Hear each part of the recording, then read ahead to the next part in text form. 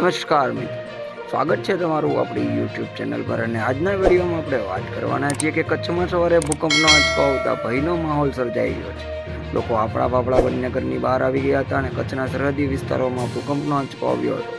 ભૂકંપના આ આંચકાનું કેન્દ્રબિંદુ લખપતથી અંદાજિત 60 કિલોમીટર દૂર નોંધાયું છે। મિત્રો, કચ્છમાં સવારે ભૂકંપનો આંચકો આવતા જેમાં લખપતમાં 3.4ની તીવ્રતાનો ભૂકંપ આવ્યો છે। કચ્છમાં હવે ભૂકંપના આંચકા અવારનવાર આવી રહ્યા છે। આ આંચકાની તીવ્રતા સરેરાશ સામાન્ય રીતે 3 થી 4 રિક્ટર સ્કેલની વચ્ચે હોય છે।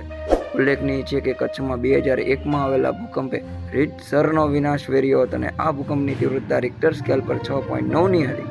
સરકારે આ ભૂકંપ અંગે જાહેર કરેલા મૃત્યુના સત્તાવાર આંકડા મુજબ લગભગ 10,000 લોકોથી વધુના મોત થયા હતા।